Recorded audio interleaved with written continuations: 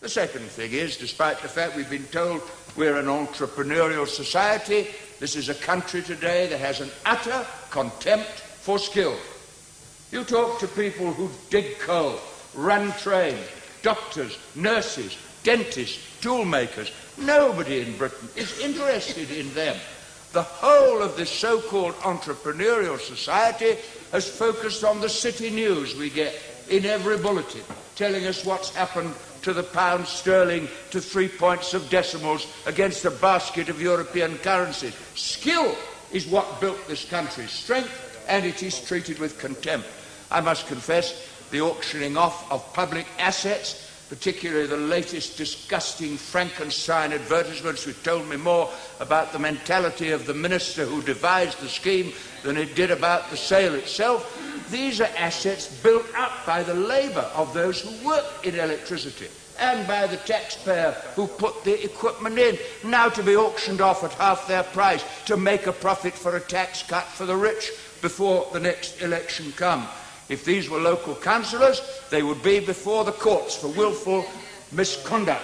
And because they are ministers, and then some of them later go on the boards of the companies they privatise, they are treated as businessmen who know better how to handle it as members of the board of directors than allegedly they did as ministers responsible. Local government has been crippled.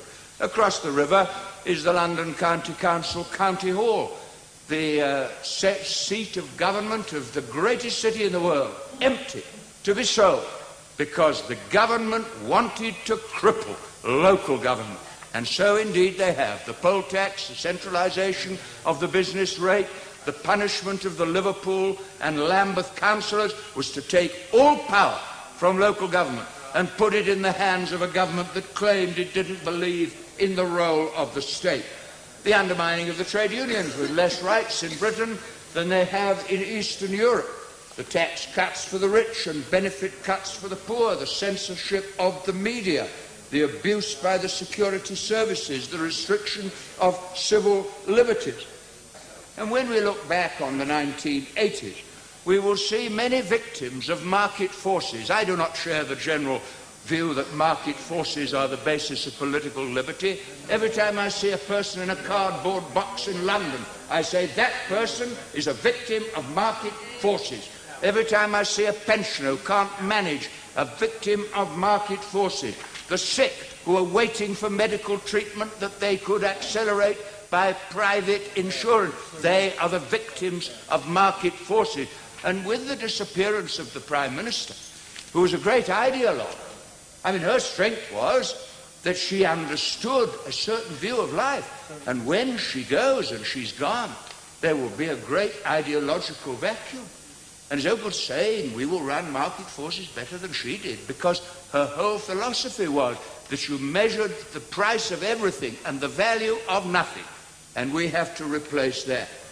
And I had one experience the other day which confirmed me in my view that she hasn't really changed the thinking or culture of the British people. I don't know how many people travel as I do on trains, but I go regularly on the trains and I see all the little businessmen with their calculators working out their cash flow, frowning people, looking and glaring at each other. Thatcherite trains, the train of the competitive society. But coming back from Chesterfield the other day, the train broke down. And on it wholly changed. Somebody came in and said, I have a cup of tea from my thermos. And then people looked after each other's children. And a young couple talked to me, and I said, after about half an hour, how long have you been married? Oh, we met on the train, they said. And a woman said, will you get off at Derby and ring my son in Swansea, because he'd be worried. By the time we got to London, we were a socialist train. Because you can't change human nature. There is good and bad in everybody, and for 10 years it is the bad and the good that has been denounced as lunatic, out of touch, cloud cuckoo land, extremist and militant. And that's what the party opposite have done.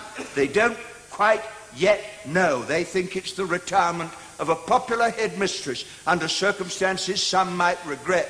Actually, they've killed the source of their own philosophy and opened the way for quite different ideas.